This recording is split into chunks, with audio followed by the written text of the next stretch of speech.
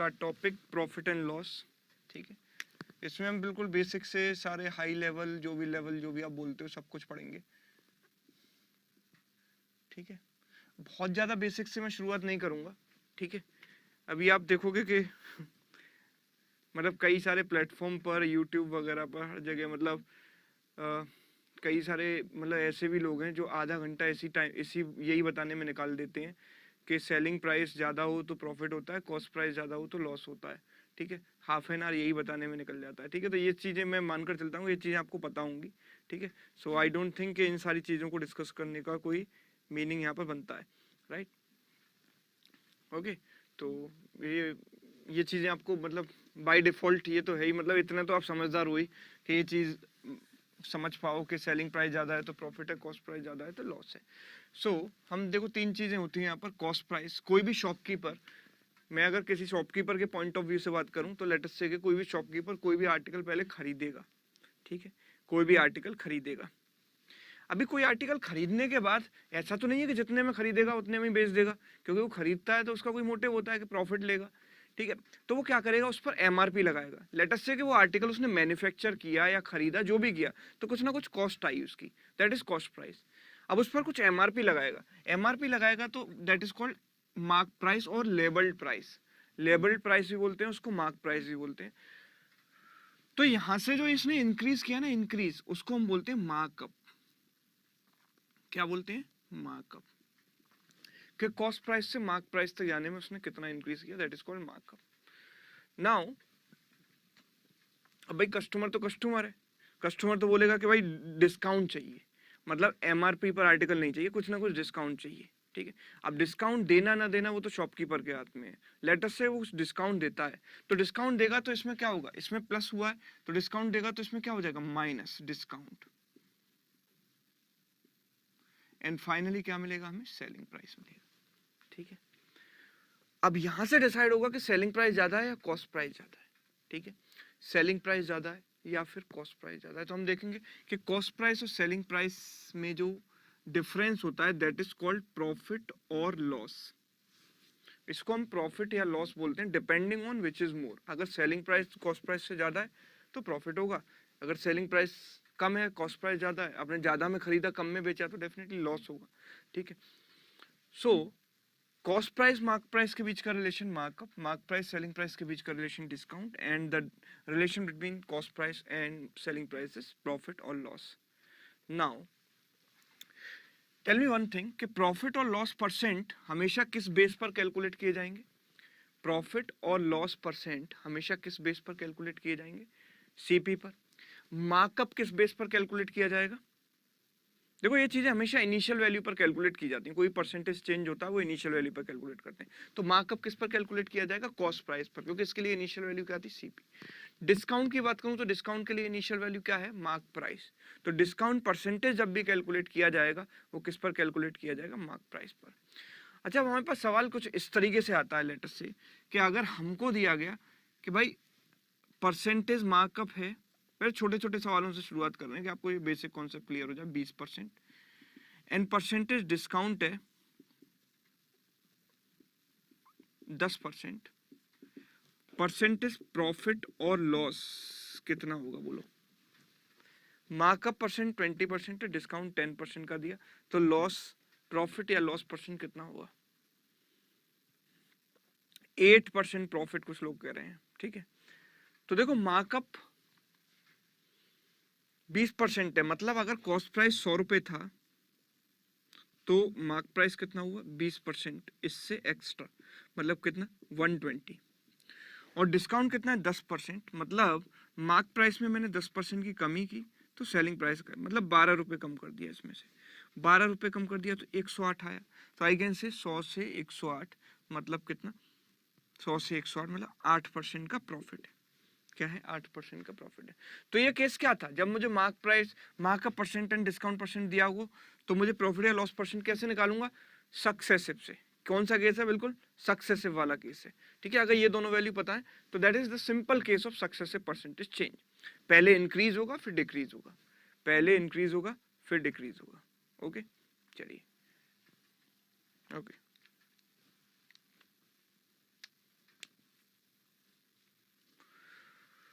ये हुआ। अच्छा एक बात मेरे को बताओ, देखते हैं कितने लोग इसका सही सही आंसर दे पाते हैं। एक शॉप है लेट अस से शॉप 1 और दूसरी शॉप है शॉप 2। दोनों एक शर्ट सेल कर रहे हैं, लेट अस से कि यहाँ पर भी वो शर्ट मिलती है आपको, यहाँ पर भी मिल जाएगी, और दोनों शर्ट का जो एमआरपी है वो सेम है। चाहे यहाँ की बात करूँ चाहे यहाँ की बात करूँ, एमआरपी सेम, मार्क प्राइस दोनों में सेम है। लेकिन ये क्या करता है कि ये डिस्काउंट देता है, पहले 10% का डिस्काउंट देता है, फिर 20% का देता है सक्सेसिव डिस्काउंट, फिर 30% का। मतलब this person gives the successive discount in this order 10%, 20% and 30%। और ये कैसे डिस्काउंट देता है, 30%, फिर 20% और फिर 10%। तो बताओ कि आपके लिए कौन सा फायदेमंद रहेगा, जहां पर आपको शर्ट जो है सस्ती पड़े, कहां पर आपको शर्ट चीप पड़ेगी। मतलब यहाँ पर दोनों में एमआरपी सेम है, मार्क प्राइस क्या है दोनों के लिए सेम है, लेकिन डिस्काउंट अलग अलग तरीके से देते हैं। तो कौन सा, सेकंड या फर्स्ट? कुछ लोग कह रहे हैं दोनों सेम रहेगा, कुछ कह रहे हैं सेकंड ज्यादा होगा, कुछ कह रहे हैं फर्स्ट ज्यादा होगा। शायद नहीं होता है कुछ, सेम रहेगी शायद। शायद का क्या मतलब है? तो बहुत सारे लोग सेम कह रहे हैं कि सेम रहेगा, ठीक है। तो जिन लोगों के कॉन्सेप्ट पूरी तरीके से क्लियर है वो कह रहे हैं सेम रहेगा, ठीक है। सेम कैसे रहेगा मैं बताऊं कि लेट अस से कि यहाँ पर प्राइस था x, that was the mark price, तो यहाँ पर भी मार्क प्राइस कितना था x। जब आपने 10% डिस्काउंट दे दिया तो बचा कितना, बोलो। जब आपने 10% डिस्काउंट दे दिया तो बचा कितना, 90%, 90% बचा। अब ये जो बचा हुआ प्राइस है उसको आपने 20% से कम किया तो बचा कितना, इसका 80%। और फिर जो बचा हुआ प्राइस है उसमें आपने 30% कम किया तो बचा कितना, 70%। इसी तरीके से यहां पर 30% कम किया तो बचा कितना, 70%। फिर 20% कम किया बचा 80%, और फिर 10% कम किया बचा कितना, 90%। अभी देखो यहाँ पर सेलिंग प्राइस इतना आया, यहाँ पर सेलिंग प्राइस इतना आया, क्या इन दोनों में कोई अंतर है? नहीं। हम देखेंगे कि 90 इंटू 80 इंटू 70 करें या 70 80 90 करें, बात तो एक ही है, ठीक है। तो दोनों में आंसर क्या आएगा, सेम आएगा, ठीक है। दोनों में आंसर क्या आएगा, सेम आएगा। ओके, अभी ये तो बेसिक बात है। अब देखो इस फंडे का, इस कॉन्सेप्ट का यूज हम किस तरीके से कर सकते हैं इफेक्टिवली। लेट अस से कि मेरे पास 2% चेंज है, ठीक है। एक है 25% और दूसरा है लेट अस से 30%, एंड दिस नंबर इज 8444। इससे मुझे ये फाइनल वैल्यू बतानी है। सपोज ऐसी कोई नंबर ले लिया रैंडम कि यहाँ पर पहले 30% इंक्रीज करना है, फिर 25% इंक्रीज करना है, I have to tell the final value, ठीक है। अब सर यहाँ पर धर्मेंद्र मौर्य को थोड़ा सा ब्लॉक कर दीजिए कुछ टाइम के लिए, और ये डिस्टर्बिंग। जो मेरी बात आपसे मेल पर चल रही है वो मेल पर रहने दो। रिकॉर्डेड लिंक नहीं मिली है, कितनी बार तुमने टाइप कर दिया ये तुम दूसरे आदमी को बेवकूफ समझते हो क्या? इसको ब्लॉक कर दो यहाँ से। हाँ, तो कल मैं समझा चुका हूँ कि क्लास में ये सारी क्वेरीज नहीं करनी है, लिंक एंड ऑल, फिर भी आप वही चीज कर रहे हो जो नहीं, जो मना की गई है। तो इसको ब्लॉक कर देना आज के लिए। देखो 8444 30% इंक्रीज एंड 25%। तो हमें क्या, देखो आप अगर इसी ऑर्डर में जाते हो तो पहले इसका 30% निकालोगे, मतलब आप क्या करोगे 10% 844.4 इंटू 3 करोगे, ठीक है। वो निकालने के बाद फिर इसमें ऐड करोगे, अब फिर उसका 25% यानी 1/4 निकालोगे। तो जरूरी नहीं है कि वो 25% उसका मतलब 1/4 मतलब 4 का मल्टीपल ये नंबर आए, फिर डिवाइड करने में दिक्कत होगी। तो देखो क्या है, हमें पता है कि जो सक्सेसिव चेंज है वहां पर ऑर्डर मैटर नहीं करता, चाहे मैं 10 20 30 लूं या 30 20 10 दूं, आंसर सेम आएगा। सक्सेसिव चेंज में ऑर्डर मैटर नहीं करता। तो हमें पता है कि भाई ये नंबर 4 का मल्टीपल है, तो क्यों ना पहले 25% फिर 30% किया जाए, आंसर तो सेम ही आने वाला है। तो हम क्या करेंगे, 8444 में पहले 25% का चेंज करेंगे, 25% पहले बढ़ाएंगे, यानी कि 1/4।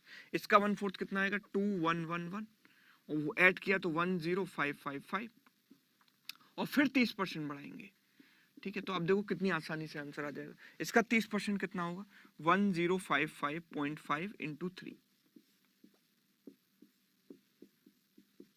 3156.5, 3156.5, ठीक है। तो दिस इज 0.5, 6 और 5 11, 11 7 3 1, ये आंसर आ गया 13711.5। 13721 कह रहे हैं कुछ लोग, मे बी के 21 हो, आप देख लेना, ठीक है। 137, हाँ 5 और 5 10 और 11, सॉरी दिस विल बी 6, यहाँ पर 6 होगा, 13721। तो कुल मिलाकर बात यह है कि आप इस फैक्ट का अपने अकॉर्डिंग यूज कर सकते हो, मतलब जहाँ पे आपको जरूरत हो, कि हमें पता है कि भाई पहले 25% निकालेंगे तो हमें आसानी रहेगी। क्यों? क्योंकि ये नंबर 4 का मल्टीपल मुझे दिखाई देता है, ठीक है। तो मतलब कॉन्सेप्ट जो समरी है इसकी वो ये है कि मतलब सक्सेसिव चेंज में ऑर्डर मैटर नहीं करता। तो पहले मैं डिस्काउंट परसेंटेज लगाऊं फिर मार्कअप लगाऊं, मेरा सेलिंग प्राइस दोनों केसेस में सेम ही आएगा, ठीक है। अच्छा, अब दूसरा यहाँ पर ये लेट अस से कि इस तरीके से दिया गया, सपोज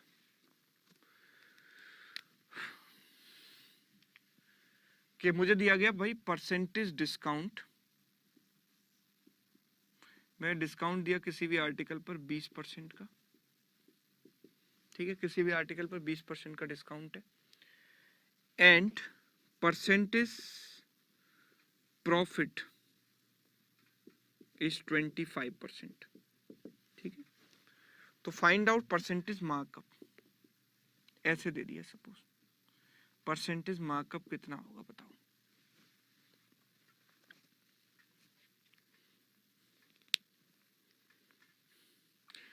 सर ये टेबुलर मेथड से हो जाएगा क्या? क्यों नहीं होगा?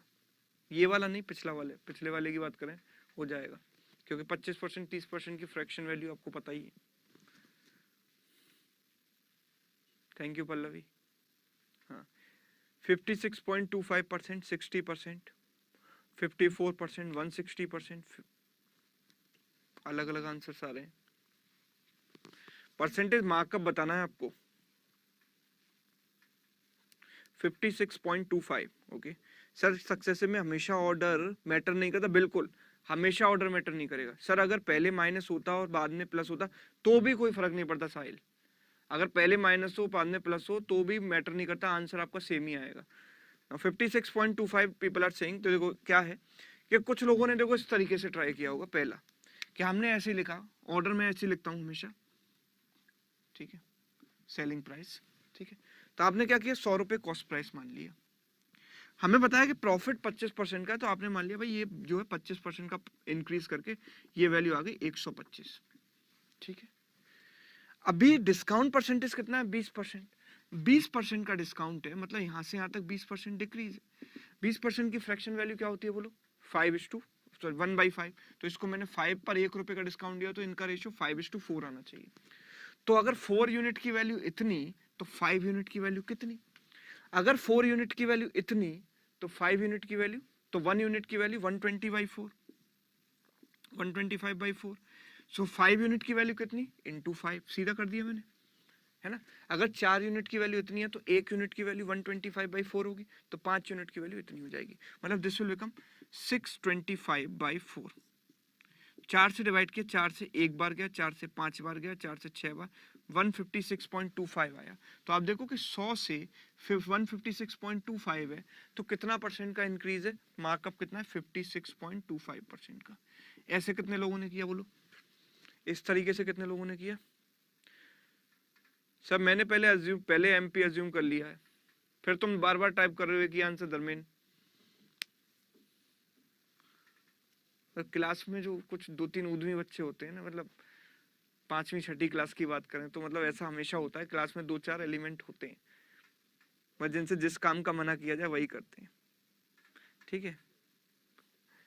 चलो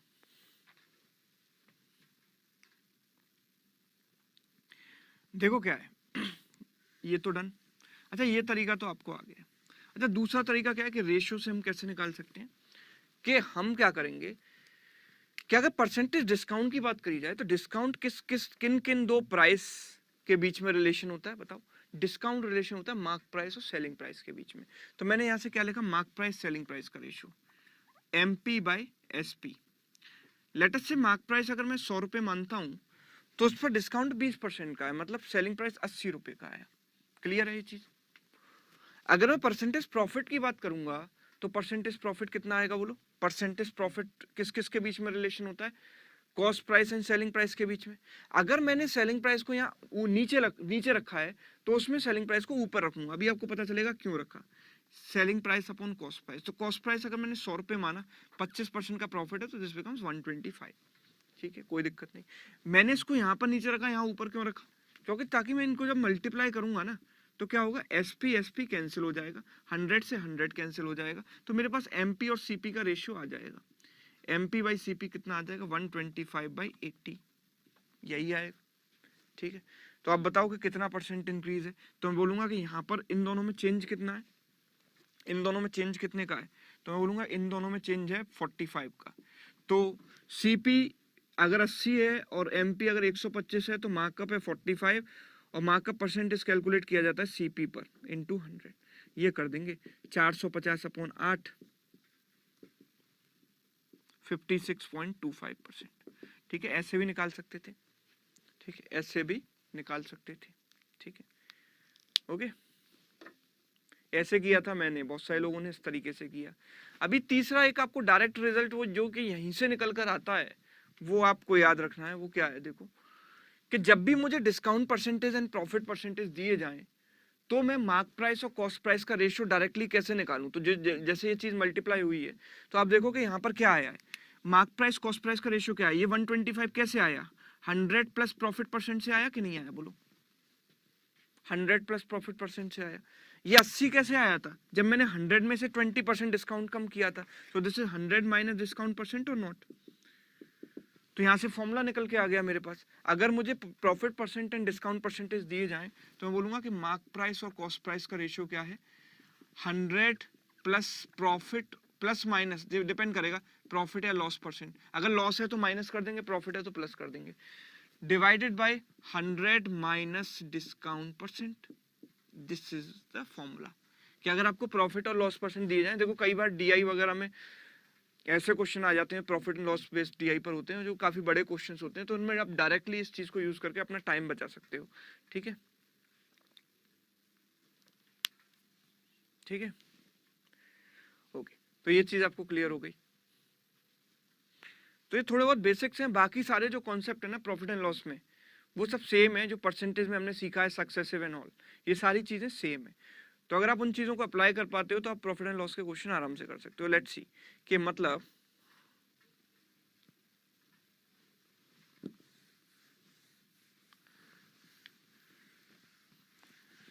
क्वेश्चंस किस तरीके से आ सकते हैं।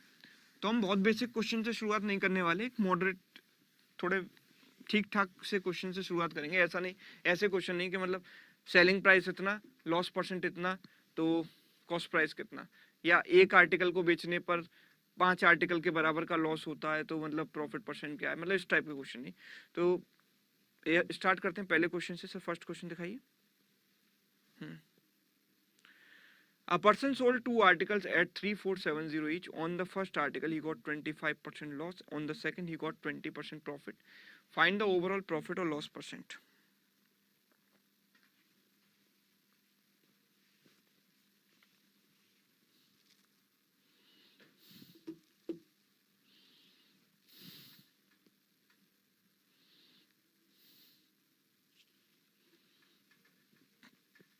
Two 2.5% loss, 347, 7.69% loss.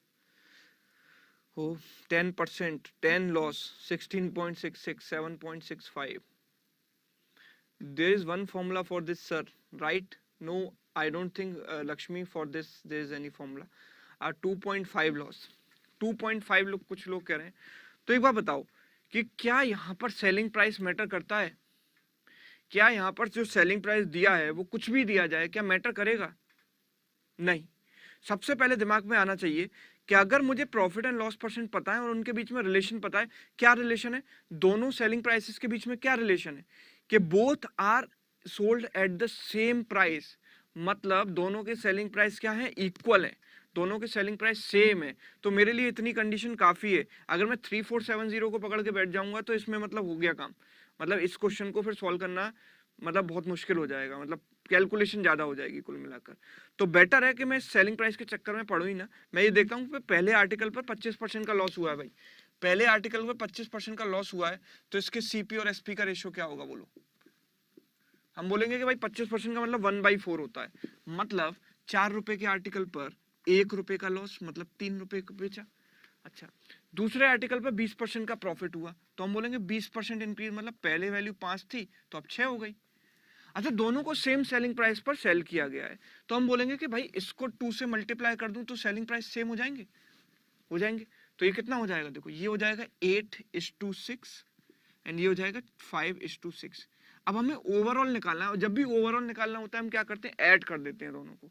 Total CP 13 रुपए और टोटल एसपी 12 रुपए। और ये ऐड कभी करेंगे जब कंडीशन सेटिस्फाई हो जाएगी कि दोनों की सेलिंग प्राइस सेम, जब हम बना लेंगे तभी ऐड कर सकते हैं। तो हम देखेंगे कि यहाँ पर लॉस हुआ है 1 रुपए का 13 पर।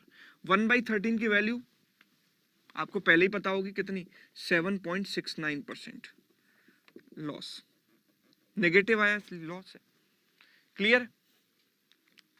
बोलो कि ये जो क्वेश्चन अगर आप 3470 से करते, ये question with in 5 second ratio से किया जा सकता है। समझ में आ रही है बात? कुछ लोगों ने ऐसे ही किया।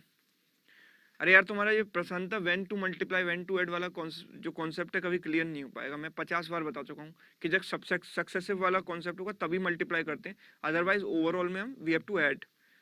ठीक है, चलिए सर इसमें एलिगेशन से होगा क्या, मतलब एलिगेशन कैसे लगाओगे इसमें? हमें कॉस्ट प्राइस पहले पर 25% लॉस है, दूसरे पर 20% लॉस है, सेलिंग प्राइस सेम है, तो यहाँ पर एलिगेशन का क्या मतलब है? हमें कॉस्ट प्राइसेस का अगर रेशियो भी पता हो तो भी हम कुछ वेटेड एवरेज वगैरह लगा सकते थे, पर यहाँ पर पता है सेलिंग प्राइस का रेशियो, ना कि कॉस्ट प्राइस का रेशियो। ठीक है ना, तो चलिए देखते हैं फिर next second question. Second question आपके सामने, तो पहले अगले 5 क्वेश्चंस पहले आप ट्राई करो अपने आप, जल्दी जल्दी, विद इन मतलब 20-20 सेकंड, 30-30 सेकंड मैक्सिमम। ठीक है, दिखा दीजिए फुल स्क्रीन क्वेश्चन दिखा दीजिए, करवा देंगे number of question, number of articles वाला, टेंशन मत लो।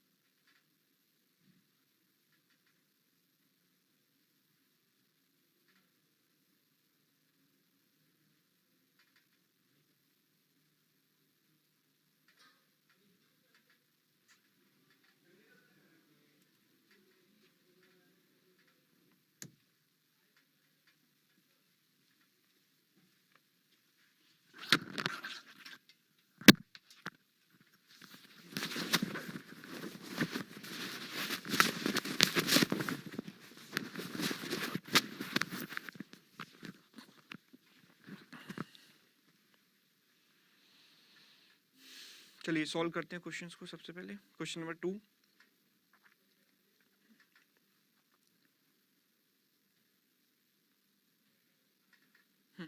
A person sold 3 articles at the same selling price. He got 10% loss. पहले वाले पर 10% लॉस है. Now 10% means 1/10. मतलब 10 रुपए के आर्टिकल को 9 रुपए में बेचा, तो CPSP का रेशियो इतना आ गया. दूसरे पर 20% प्रॉफिट है, यानी 1/5 का प्रॉफिट, तो 5 रुपए के आर्टिकल को 6 पर बेचा. तीसरे पर 12.5% प्रॉफिट है, मतलब 8 रुपए के आर्टिकल को 9 पर बेचा. नाउ तीनों के सेलिंग प्राइस सेम है, तो 9, 6 और 9 को सेम कैसे बनाए? इनके एलसीएम के बराबर. 9, 6, 9 का एलसीएम कितना होता है? 18. 18 बनाने के लिए इसमें मल्टीप्लाई कर दिया 2 से, इसमें कर दिया 3 से, और इसमें कर दिया 2 से. Now this will become 20:18. This will become 15:18. This will become 16:18. Now overall CP कितना हुआ? 51. ओवरऑल एसपी कितना हुआ? 54. हमने देखा 3 रुपए का प्रॉफिट है. अच्छा, ही गॉट ओवरऑल 1800 प्रॉफिट, तो 3 रुपए की वैल्यू किसके बराबर? 1800 की. तो 1 यूनिट की वैल्यू किसके बराबर? 600 के बराबर. हमको क्या चाहिए? Find the total CP of all the article which is 51. 51 की वैल्यू 51 इंटू 600, यानी कितना? 30,600 रुपए. क्लियर है? बहुत सारे लोगों ने करेक्ट आंसर दिया था, पर कुछ लोगों ने गलत आंसर दिया था. ठीक है, या बिल्कुल Bhagyashree absolutely right. In this will add because the total profit is given. Overall जब बात की जाती है तो ऐड करना है. ठीक है, चलिए आगे बढ़ते हैं. Next question. नेक्स्ट क्वेश्चन का आंसर आ रहा है 352. ठीक है, तो ये चीजें आप सीख गए. मतलब जब सेलिंग प्राइस सेम हो तो क्या करना है? रेशियो से करना है. ये चीज आप सीख गए हो, बहुत अच्छी बात है. देखो क्या है, a person sold 2 articles at the same SP on the first article, 12.5% loss. मतलब 12.5% का लॉस हुआ, मतलब 8 रुपए पर एक का लॉस, मतलब 8:7. Second article 37.5% profit. What is 37.5%? 3/8. 3/8 होता है ना, मतलब 8 रुपए के आर्टिकल को 11 रुपए में बेचे. 8 + 3 11 है ना. 3/8 का मतलब 8 में 3 का इंक्रीज, तो 8 + 3 11. टोटल मतलब ओवरऑल एसपी सेम है, तो इनको सेम कैसे बनाएंगे? इसमें मल्टीप्लाई कर दो 11 से, और इसमें मल्टीप्लाई कर दो 7 से. It will become 88:77, and this will become 56:77. Now total 110 का प्रॉफिट हुआ, तो इन दोनों को ऐड करें तो 144, and this is 154. So I can see कि 10 यूनिट का प्रॉफिट है, 110 के बराबर है. 1 यूनिट की वैल्यू 11 हो गई. हमको क्या चाहिए? Find the difference between CP of both the articles. इन दोनों के सीपी के बीच का डिफरेंस कितना है? तो हम देखेंगे कि this difference is 32 unit. 32 into 11 कितना हो जाएगा? 352. Answer clear. चलिए आगे बढ़ते हैं. Next question. नेक्स्ट क्वेश्चन देखो, ये इसका आंसर कितना आया? 18. Very good. मतलब प्री वाला एग्जाम तो आप सबका क्लियर है, ये समझ के चलो. जिस तरीके से आप रेस्पॉन्स दे रहे हो, मतलब प्री आपका तो क्लियर है, कोई दिक्कत ही नहीं है. A shopkeeper what 80 kg of sugar at the rate of 13.5 पर kg. तो 80 kg शुगर उसने खरीदी है 13.5 पर kg पर. क्या कितनी कॉस्ट है इसकी? 13.5 पर kg. और दूसरी वाली कितनी खरीदी है?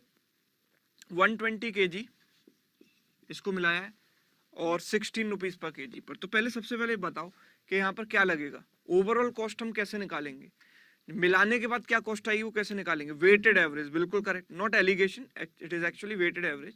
तो वेटेड एवरेज में हम क्या करते हैं? क्वांटिटीज का रेशियो ले लेते हैं, 40 से 2 बार, 40 से 3 बार, फिर मल्टीप्लाई करते हैं. N1 A1 इन दोनों का प्रोडक्ट कितना? 27.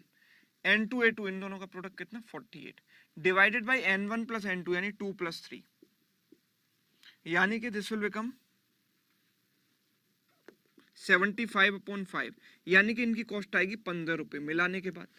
और अगर इसको 20% का प्रॉफिट चाहिए तो इसमें 20% इंक्रीज करना पड़ेगा. इसका 20% यानी 1/5 यानी कि 3 रुपए ऐड करोगे तो कितने में बेचना पड़ेगा? 18 में. Answer is 18. क्लियर है? ओके, तो वेटेड एवरेज का यूज था यहाँ पर. आगे बढ़ते हैं. Next question. Sir weighted average कहाँ अप्लाई होती है? पता नहीं चलता, प्लीज हेल्प. अब साहिल, इसके लिए आप फिर से एलिगेशन में जो पढ़ाया था पूरा चैप्टर रिवाइज करो, तब आपको पता चलेगा. ये था हमारा आखिरी क्वेश्चन जो आपने ट्राई किया था.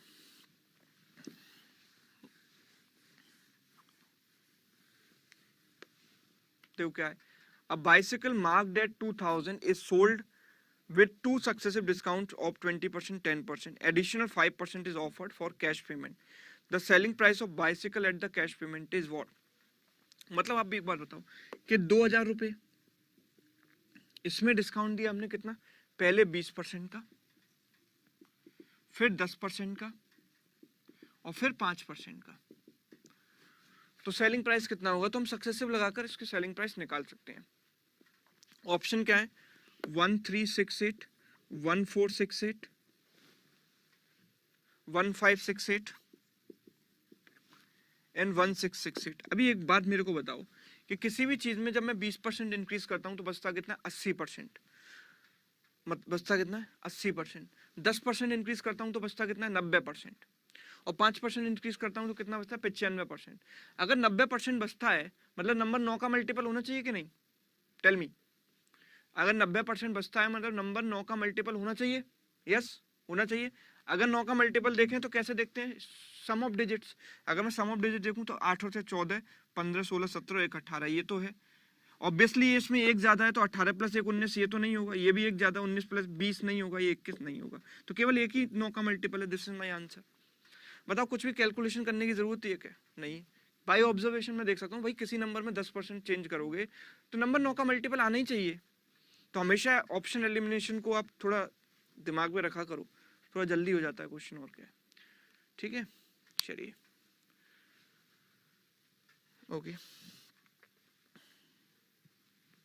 चलिए आगे बढ़ते हैं और बात करते हैं अगले सवाल की। नेक्स्ट क्वेश्चन दिखाइए सर। नेक्स्ट क्वेश्चन आपके सामने, बताओ सर y9 का मल्टीपल। हिमांशु देखो मैं बताता हूँ, 2000 में, आपको मैं डिटेल में बताता हूँ, 2000 में जब आप 20% कम करोगे ना, 20% कम, तो 80% आएगा। फिर जब इसमें 10% कम करोगे तो 90% आएगा। और फिर जब इसमें 5% कम करोगे तो 95% बचेगा। अभी बताओ कि ये तो 9 के मल्टीपल नहीं है ना, तो ये तो 9 को काट नहीं पाएंगे, तो ये तो 9 का मल्टीपल है ना, मतलब जो भी आंसर आएगा वो 9 का मल्टीपल होना ही चाहिए। तो हमेशा याद रखो, किसी भी चीज में जब 10% कम किया है, चाहे सक्सेसिव में किया हो चाहे किसी में भी कैसे भी किया हो, उसमें आंसर 9 का मल्टीपल हमेशा आता है। ठीक है, चलिए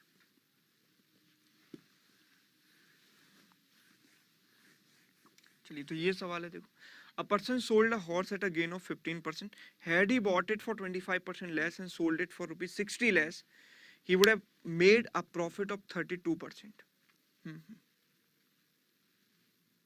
लास्ट में 9 का मल्टीपल है सर। प्रीतम यार चेक करो, 9 का मल्टीपल में सम ऑफ डिजिट्स 9 का मल्टीपल होना चाहिए। लास्ट वाले में 21 था, सम ऑफ डिजिट्स 21 था, 21 is not a multiple of 9। 375 people are saying, यहाँ पर 370 कुछ लोग भी कह रहे हैं। चलो देख लेते हैं। एक पर्सन ने एक हॉर्स बेचा 15% के गेन पर, मतलब 100 रुपए के आर्टिकल को कितने में बेचा बोलो? 115 में, है ना। Now had he bought it for 25% less, मतलब 25% कम में खरीदा होता, मतलब कितने में खरीदा होता? 25% कम में, यानी कि 75 रुपए में खरीदा होता। तो इस केस में उसे कितना प्रॉफिट होता? 32% का प्रॉफिट होता। तो मैं देखूंगा 32%। अभी अगर 32% ऑफ 75 निकालें या 75% ऑफ 32 निकालें, बात तो एक ही है। 75% ऑफ 32 मतलब 3/4। इसका 3/4 कितना हुआ? 1/4 हुआ 8, तो 3/4, 8 into 3 24। 24 जब मैंने यहाँ पर ऐड किया so it will come 99। Now it was sold at rupees 60 less, मतलब ये जो कमी आई थी सेलिंग प्राइस में 60 रुपए की थी। तो यहाँ पर कितने कमी आई है? 16 यूनिट, दैट इज बराबर रुपीज 60। 16 यूनिट की वैल्यू किसके वजह से? थोड़ा जूम कम कर लो इसको, थोड़ा साइज कम कर लो उसका, ठीक है। तो 16 यूनिट की वैल्यू किसके बराबर है? 60 के बराबर। व्हाट इज द बस ठीक है। What is the cost price of the horse, मतलब कॉस्ट प्राइस तो हमारा 100 है, तो हम क्या करेंगे? 4 से काट दिए 4 बार, 4 से काट दिया 15 बार। तो 100 की वैल्यू कैसे निकालें? इसमें 25 से मल्टीप्लाई कर देते हैं, 25 इंटू 400, और यहाँ भी 25 से मल्टीप्लाई कर देते हैं, तो 15 इंटू 5 75, 30, 37, 375 मेरा क्या हो गया? आंसर हो गया। क्लियर? ओके, चलिए आगे बढ़ते हैं। नेक्स्ट क्वेश्चन फुल स्क्रीन दिखा दीजिए सर। नेक्स्ट क्वेश्चन जल्दी से ट्राई करेंगे सभी लोग, फिर हम जल्दी डिस्कस करेंगे।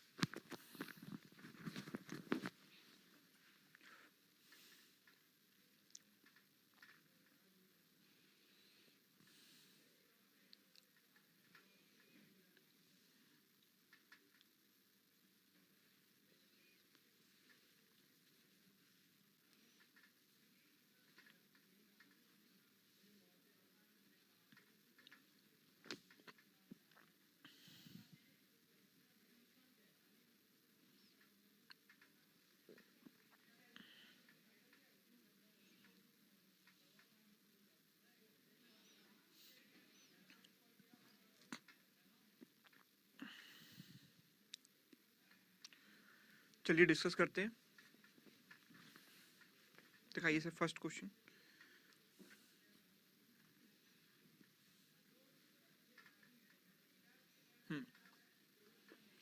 A sells an article to B at a gain of 25%, B sells it to C at a gain of 20%, C sells it to D at a gain of 10%, and D pays 330 for it. So how much did A cost? तो 200 रुपए यहाँ पर answer आ रहा है। देखो ऐसे, A ने B को बेचा, B ने C को बेचा और C ने D को बेचा, ठीक है।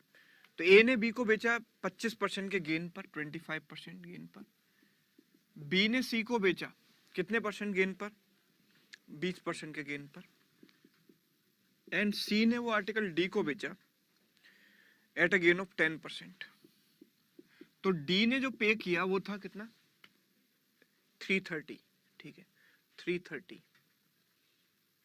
ओके, चलो तो एक काम करते हैं, यहाँ पर आपको दिखाई दे रहा है क्या है? सक्सेसिव परसेंटेज चेंज है। यहाँ पर क्या दिखाई दे रहा है? Successive percentage change. तो initial value is A, final value is D, ठीक है। तो यहाँ पर 25% का मतलब 1/4 मतलब 4:5, 20% मतलब 1/5 मतलब 5:6, एंड दिस इज 10%, 10% मतलब 1/10 मतलब 10:11। ये हुआ।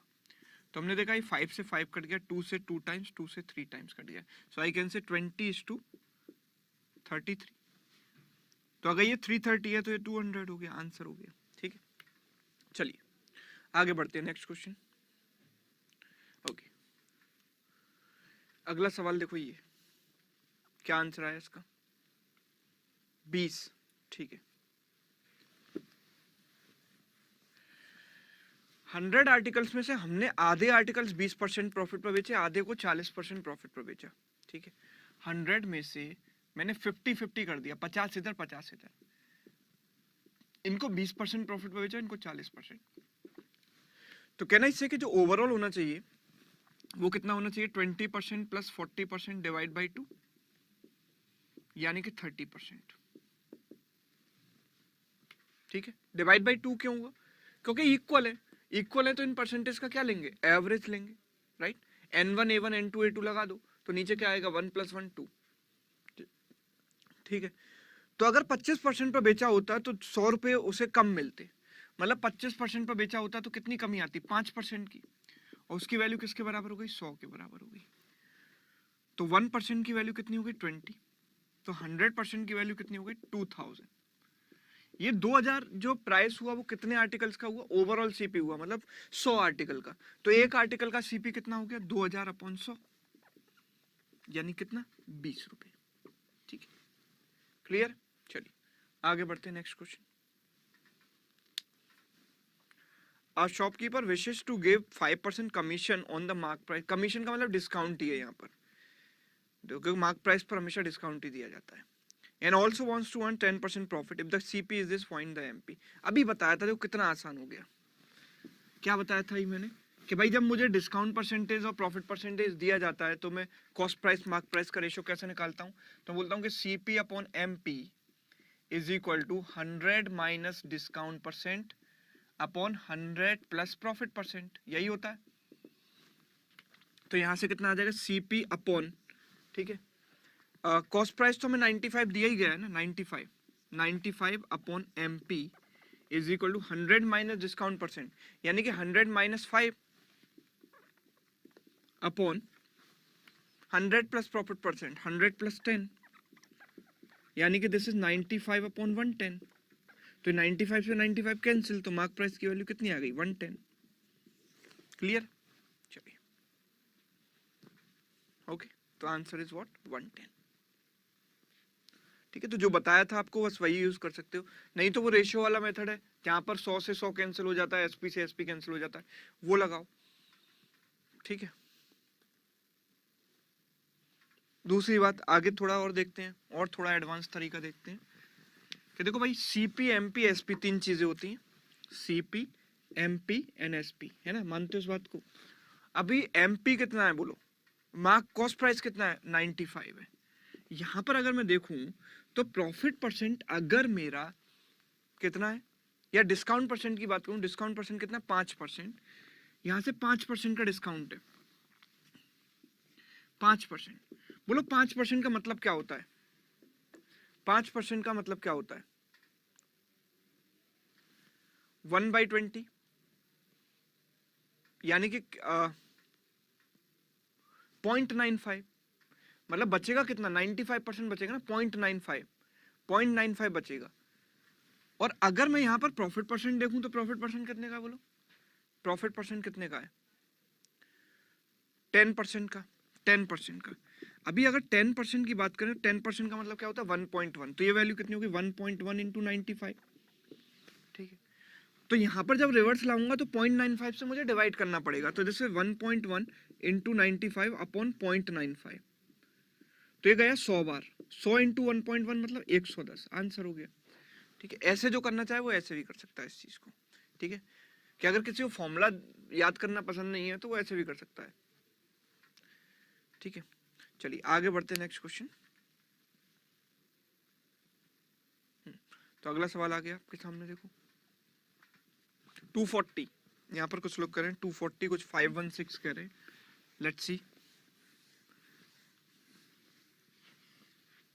चलिए, a person sold 2 articles at 1840 each. On the first article 15% profit, sold second article in such a way that neither gets profit nor loss overall, मतलब overall no profit no loss, मतलब CPSP के बराबर है।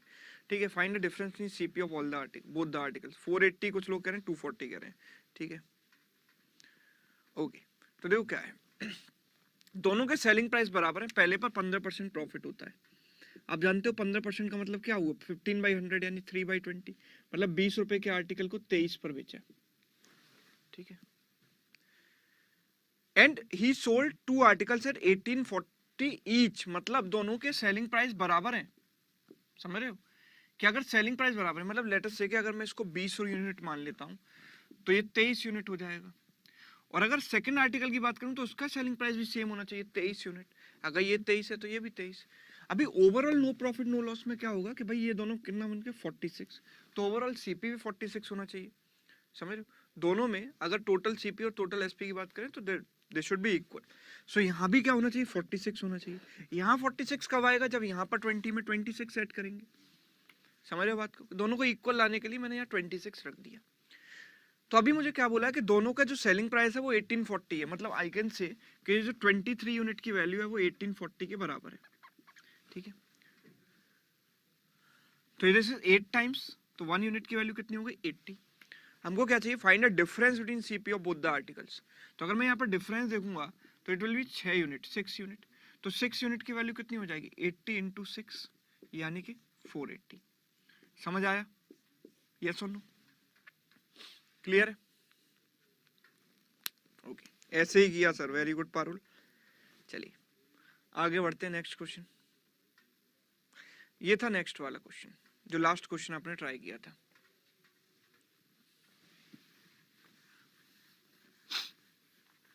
देखो क्या है, one trader calculates the percentage of profit on the buying price, another calculates on the selling price.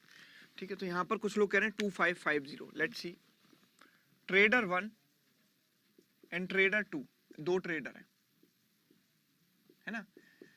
एक CP पर कैलकुलेट करता है, मतलब सीपीएसपी तो दोनों के लिए होंगे, और इसके लिए भी सीपीएसपी।